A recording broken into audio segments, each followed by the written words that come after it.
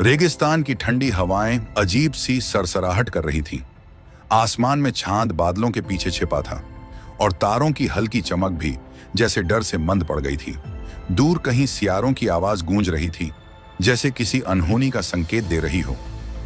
यह एक साधारण रात नहीं थी, कुछ बड़ा होने वाला था, ऐसा जिसे कोई रोक नहीं सकता था। उज की धरती पर एक व्यक्ति था जिसका नाम था अय्यूब। वह किसी भी आम व्यक्ति से अलग था, समृद्ध, धर्मी और परमेश्वर का परम भक्त। उसकी संपत्ति का अंदाजा लगाना भी मुश्किल था। हजारों भेड़ें, ऊंट, बैल, गधों के झुंड, ढेरों नौकर चाकर और एक बड़ा खुशहाल परिवार। पूरे पूरब में उसका सम्मान था और हर कोई उसकी भक्ति और दयालुता की मिसाल देता था। लेकिन इस दुनिया के अलावा एक और दुनिया थी, एक अदृश्य संसार, जहां अय्यूब के भाग्य को लेकर एक भयानक संवाद होने वाला था। स्वर्ग में एक महाआसन लगा था। परमेश्वर अपने दूतों के साथ विराजमान थे। वहां प्रेम, शांति और अनंत आशीर्वाद की आभा थी। लेकिन तभी उस दिव्य सभा में एक अजीब साया प्रवेश करता है, शैतान। परमेश्वर ने शांत स्वर में पूछा, तू कहां से आया है? शैतान हंसता हुआ बोला, धरती की सैर करके आया हूं, देखने कि लोग क्या कर रहे हैं। परमेश्वर की दृष्टि स्थिर थी। उन्होंने कहा, क्या तूने मेरे सेवक अय्यूब पर ध्यान दिया? वह निष्कलंक और धर्मी है, मुझसे प्रेम करता है और बुराई से दूर रहता है। शैतान के चेहरे पर एक व्यंग्यपूर्ण मुस्कान थी। अय्यूब, वह तुझसे प्रेम करता है, लेकिन क्यों? क्या तूने उसे हर सुख संपत्ति से नहीं भर दिया? उसकी हिफाजत नहीं की? लेकिन अगर तू उसकी सब चीजें छीन ले तो देख, वह तेरा नाम लेना भी छोड़ देगा। स्वर्ग में एक अजीब सन्नाटा छा गया। परमेश्वर ने गंभीर स्वर में उत्तर दिया, ठीक है, उसकी संपत्ति तेरे हाथ में है, लेकिन उसके शरीर को मत छूना। शैतान की आंखों में चमक आ गई। उसने सिर झुकाया और एक रहस्यमयी हंसी के साथ गायब हो गया। उसने अपना खेल शुरू कर दिया था। अय्यूब अपने महल के आंगन में खड़ा था। दूर उसके खेतों में पशु चर रहे थे, नौकर चाकर काम में लगे थे और उसके बेटे बेटियां भोज के लिए इकट्ठे थे। सब कुछ शांत और सुंदर लग रहा था। लेकिन यह शांति एक तूफान से पहले की शांति थी। अचानक एक सेवक दौड़ता हुआ आया। उसकी सांसें फूल रही थीं। स्वामी, शबा हमला कर दिया। शबा के लुटेरे आए। उन्होंने आपके बैलों और गधों को लूट लिया और आपके नौकरों को तलवार से मार डाला। अय्यूब के चेहरे पर चिंता की लकीरें उभर आईं। लेकिन इससे पहले कि वह कुछ कह पाता, दूसरा सेवक दौड़ता हुआ आया। स्वामी, आसमान से आग गिरी और आपकी भेड़ों और चरवाहों को जलाकर राख कर दिया। अय्यूब का दिल तेजी से धड़कने लगा। यह क्या हो रहा था? अभी वह इन सदमों को पचा भी नहीं पाया था कि तीसरा सेवक बदहवास दौड़ता हुआ आया। स्वामी, 3 दलों में बंटे कसदी सैनिकों ने हमला कर दिया। आपके ऊंट लूट लिए और आपके सेवकों को तलवार से काट डाला।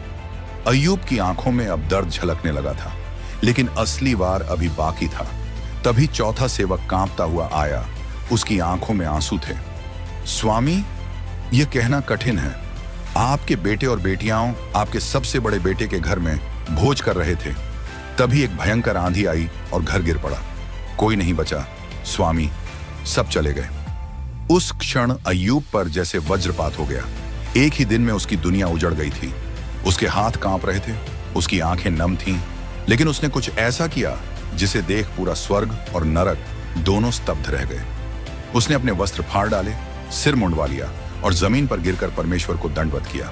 उसने कहा, नंगा मैं मां के गर्भ से निकला और नंगा ही वापस जाऊंगा।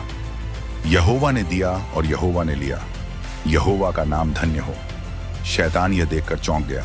उसे लगा था कि अय्यूब क्रोधित होकर परमेश्वर को छोड़ देगा, लेकिन उसने वैसा नहीं किया। परमेश्वर मुस्कुराए, लेकिन शैतान अभी हारा नहीं था। शैतान ने परमेश्वर ने कहा, अगर तू उसके शरीर को पीड़ा पहुंचाने दे तो देख, वह तेरा तिरस्कार करेगा। परमेश्वर ने कहा, ठीक है, लेकिन उसकी जान मत लेना। अब एक नई परीक्षा शुरू होने वाली थी। यह परीक्षा अय्यूब के विश्वास को हिलाने के लिए थी, उसे पूरी तरह तोड़ने के लिए थी। शैतान अपने सबसे भयानक दांव चलने वाला था। अय्यूब अभी भी अपने दुखों से उबरने की कोशिश कर रहा था। उसके बेटे बेटियां अब इस दुनिया में नहीं थे। उसकी सारी संपत्ति लूट ली गई थी और उसके नौकर मारे जा चुके थे। लेकिन उसने फिर भी परमेश्वर के प्रति अपना विश्वास बनाए रखा। शैतान ने देखा कि अय्यूब अब भी परमेश्वर की स्तुति कर रहा है। वह चिढ़ गया। उसने परमेश्वर से कहा, मनुष्य अपनी जान बचाने के लिए कुछ भी कर सकता है, लेकिन यदि तू उसे शारीरिक पीड़ा दे तो वह निश्चित रूप से तेरा तिरस्कार करेगा। परमेश्वर ने उत्तर दिया, अच्छा, वह तेरे हाथ में है, लेकिन उसकी जान मत लेना। अब शैतान ने अपनी सबसे घातक चाल चली। अय्यूब सुबह की प्रार्थना के लिए उठा, लेकिन उसने महसूस किया कि उसके शरीर में अजीब सी जलन हो रही थी। पहले हल्की खुजली थी, फिर दर्द बढ़ता गया। कुछ ही देर में उसके पूरे शरीर पर भयंकर फोड़े निकल आए। वह पीड़ा से कराह उठा। धीरे धीरे ये फोड़े इतने भयंकर हो गए कि मवाद बहने लगा। उसकी चमड़ी काली पड़ने लगी और उसकी देह से भयानक बदबू आने लगी। वह दर्द से कराहता, लेकिन परमेश्वर के खिलाफ कुछ नहीं बोलता। अय्यूब के नौकर चाकर अब उसके पास नहीं थे। गांव के लोग उसे अपशकुनी समझने लगे, यहां तक कि उसकी पत्नी, जो पहले उसके साथ हर कठिनाई में खड़ी थी, अब असहाय महसूस करने लगी। एक दिन उसने अय्यूब से कहा, अब बहुत हो गया, तू अब भी अपनी भक्ति पर अड्डा है, क्यों नहीं परमेश्वर को श्राप देकर मर जाता? अय्यूब ने उसकी ओर देखा। उसकी आंखों में कोई क्रोध नहीं था, सिर्फ करुणा थी। तू मूर्ख स्त्रियों जैसी बातें करती है। क्या हम परमेश्वर से केवल भलाई ही ग्रहण करें और बुराई न स्वीकार करें? पत्नी सिर झुकाकर चली गई। अब अय्यूब पूरी तरह अकेला था। जब अय्यूब के 3 मित्रों एलीफज, बिल्दद और सोफर को यह खबर मिली कि उनका मित्र भयंकर पीड़ा में है, तो वे उसे धीरज देने के लिए आए। लेकिन जब उन्होंने अय्यूब की स्थिति देखी तो वे सन्न रह गए। अय्यूब पहले एक धनवान और सम्मानित व्यक्ति था, लेकिन अब वह एक बदहाल रोगी के रूप में धूल में पड़ा था। वे 7 दिन और 7 रात तक उसके पास बैठे रहे, बिना कुछ कहे।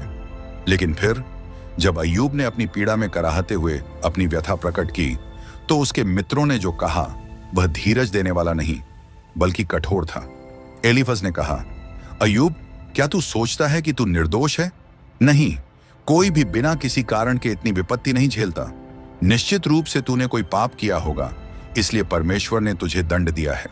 बिल्दद ने कहा, तेरे बच्चे मारे गए, तेरी संपत्ति लूटी गई। क्या तू यह नहीं सोचता कि यह तेरे ही पापों का परिणाम है? परमेश्वर न्यायी है, वह किसी निर्दोष को नहीं सताता।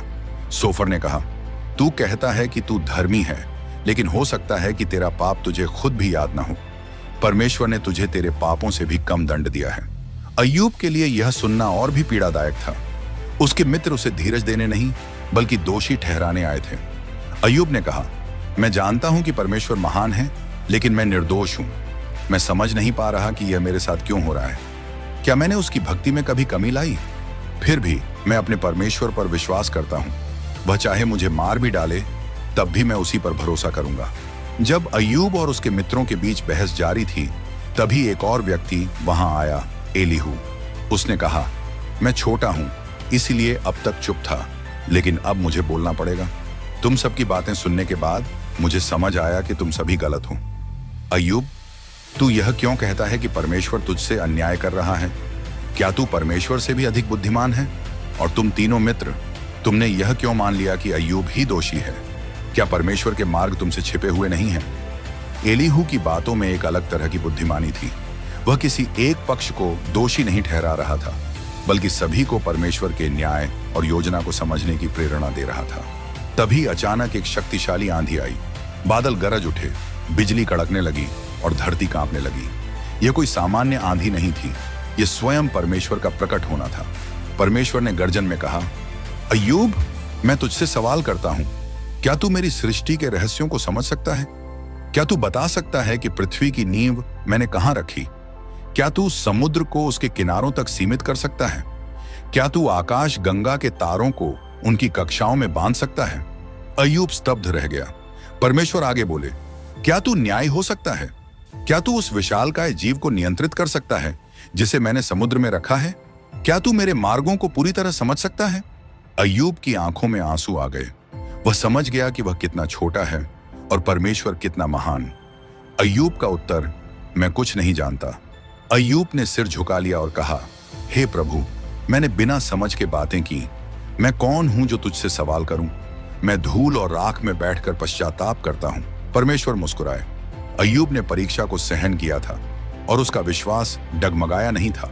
अय्यूब के पश्चाताप करने के बाद परमेश्वर ने उसकी ओर देखा और कहा, अय्यूब, तूने अपने दुख में भी मेरी महिमा को स्वीकार किया और तूने मेरे मार्गों को समझने का प्रयास किया।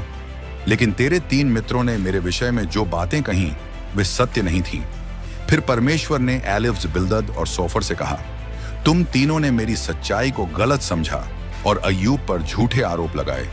इसलिए अब जाओ, 7 बैल और 7 भेड़ें ले आओ और मेरे सेवक अय्यूब के पास जाओ।